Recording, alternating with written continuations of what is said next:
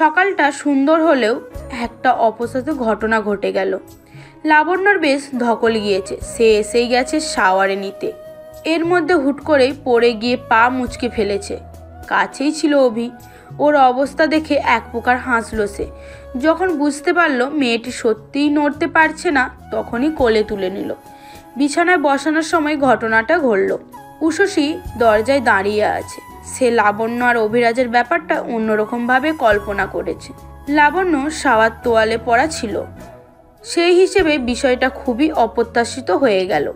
অভিরাজের সাথে দৃষ্টি বিনিময় হতেই মেয়েটি চলে আসে। অদ্ভুতভাবে এই সাধারণ বিষয়টা মানতে পারছে না অভিরাজ। সে লাবণ্যকে মলম এগিয়ে দিয়ে উষসীর কাছে এসেছে। উষসী তখন ভোরের নরম রোদ শরীরে মেখে চলেছে। একরাশ অস্বস্তি নিয়ে ডাকলো সে, উষসী শোনো। একটু আগের ঘটনাটা। ইটস ওকে, আমি সরি, বুঝতে পারিনি এমন একটা সময়ে। তুমি যা ভাবছো তেমন কিছু নয়। কে বললো আমি কিছু ভাবছি? পাল্টা প্রশ্নে ভরকে গেল অভিরাজ। উষসীর দৃষ্টিতে অগ্নিও যেন হার মানবে মনে হলো। আমি কিছু ভাবিনি। তবু সত্য জানা দরকার। কি? লাবণ্য পড়ে গিয়ে পা মুচকে ফেলেছে, সেই জন্যই ওকে তুলে বিছানায় রেখেছি, অন্য কিছু নয়। এটা আমাকে বলার কি আছে? ক্লিয়ার থাকা প্রয়োজন। জানেন তো, চোখের সামনে অল্প বয়সী ছেলে মেয়েদের অন্তরঙ্গতা দেখেছি। এসবের কাছে এটা খুবই সামান্য। মেয়েটার কথাতে প্রায় পরিকল্পনা পাওয়া যায়। অভি হতাশ কণ্ঠে বলল, তুমি খুব অ্যাডভান্স কথা বলো।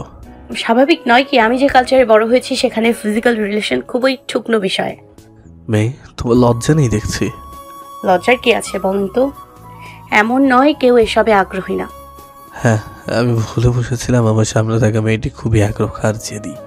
ঠট টিপে হাসলো উষসী। সে আসলেই এসবে অভ্যস্ত, তার সংস্কৃতি অনেক ভিন্ন। অভিরাজ হুট করেই তাকে টেনে নিয়ে গেল। ছাদে এসে বলল, চোখ বন্ধ করো। কেন? চোখ বন্ধ করো না। ওকে, বাট ভয় দেখাবেন না তো? একটু পর মেঘের গর্জন শোনা গেল। উষসী চোখ মেলতে চাইলে অভিরাজ নিষেধ করলো। এভাবে চোখ বন্ধ করে রইল মেয়েটি। অভি তাকিয়ে আছে সুন্দর কিশোরীর পানে। ধীরে ধীরে বৃষ্টির নরম বিন্দুগুলো উষসীর শরীর ভিজিয়ে দিচ্ছে। ভীষণ আনন্দ পাচ্ছে সে। অভিরাজের শরীরের উষ্ণতা অনুভব করতে পারল সে। ছেলেটা কি ওর খুব নিকটে? চোখ মেলতেই শূন্যছাদ দেখতে পেল উষসী। বৃষ্টির জলে পুরো ভিজে গেছে সে। চারপাশে চোখ বুলানোর সময় ধাক্কাটা লাগলো শরীরে। পুলে পড়ে গিয়ে পানি খেতে হলো তার। অভি তার দিকে তাকিয়ে হাসছে। কি করলেন এটা? এভাবে কেন ধাক্কা দিলেন? এটা একটা অ্যাডভেঞ্চার, খুব ফ্যান্টাসি জিনিস, লাইফকে চিল মোড় এনে দেয়। তাই বলে এভাবে? তো কোন ভাবে?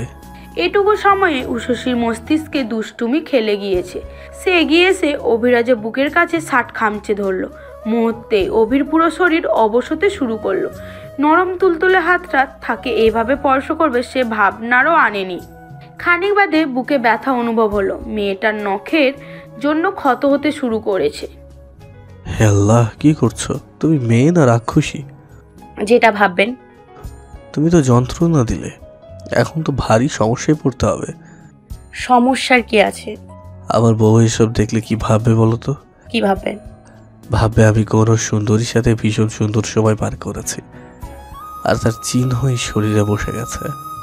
উষসী হো হো করে হেসে উঠল। অভিরাজ যেন কোনো কৌতুক বলেছে। মেয়েটার মিশ্রণ বাদামি চুল লেপ্টে গেছে শরীরে। গলার কাছে থাকা বিউটি বোন অন্যরকম আকর্ষণ দিচ্ছে। এই সময়টার ভয়ঙ্করভাবে ওর স্পন্দন বেড়ে গেল। নিজেকে শাসন করেও বিশেষ লাভ করতে পারল না।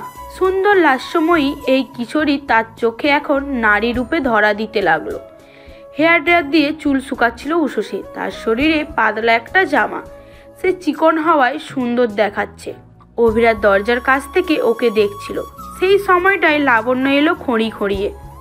উষসী কি করছে? চুল শুকোয়। তুই এইভাবে এলি কেন? ঠিক আছে, এখন খাবার খাবি? ড্রাইনিং এ আয়। তুই যা, আমি সব আয়োজন করছি। আচ্ছা। খাবারের টেবিলে উষসীকে বেশ খুশি দেখাচ্ছিল। ওর এই হাসির রহস্য খোঁজার চেষ্টায় লাবণ্য বলল, কি ব্যাপার বাবু, এত খুশি লাগছে যে? জিতে যাওয়ার আনন্দ অনুভব করছি। কার সাথে জিতলে? আছে কেউ। লাবণ্য বুঝতে না পেরে অভির পানে তাকালো।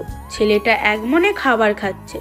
উষসীর ঠোঁটের কোণে থাকা মিষ্টি হাসি অন্যরকম সৌন্দর্য প্রকাশ করছে। কোনো মেয়ে কি এতটা সুন্দর হয়? বিকেলবেলায় উষসীকে নিয়ে বের হলো অভিরাজ। লাবণ্য পায়ের চোটের জন্য আসতে পারেনি, একদিন রেস্টে থাকা প্রয়োজন। কোকোকে অবজারভেশনে রাখা হয়েছে। চটপটে কোকো আজ ভীষণ ক্লান্ত, তাকে অনেকটা বয়সী দেখাচ্ছে। উষসীর কান্না পেল। সে কোকোকে বুকে জড়িয়ে ধরল। রাখো, ওর চিকিৎসা চলছে। আমার কোকো খুব কষ্ট পাচ্ছেন, আমি ওর খেয়াল রাখলাম না কেন। এটা অস্বাভাবিক নয়?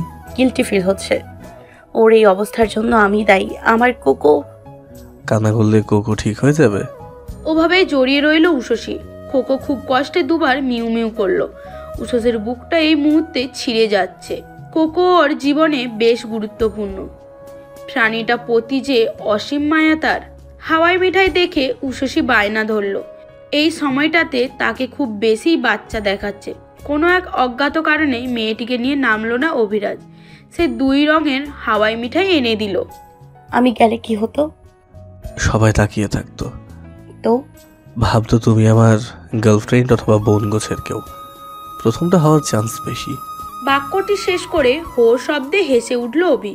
ওর এই অহেতুক হাসার কারণ বুঝলো না ও উষসী।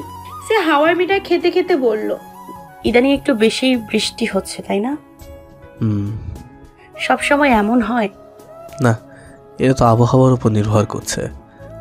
জানেন, আমার কেন যেন মনে হয় প্রকৃতি ইচ্ছে করেই বৃষ্টি নামিয়েছে। অদ্ভুত ভাবনা তো। হতে পারে, তবে কেন যেন মনে হচ্ছে এই দিনগুলো একটা সময় পর আমায় ভীষণ পোড়াবে।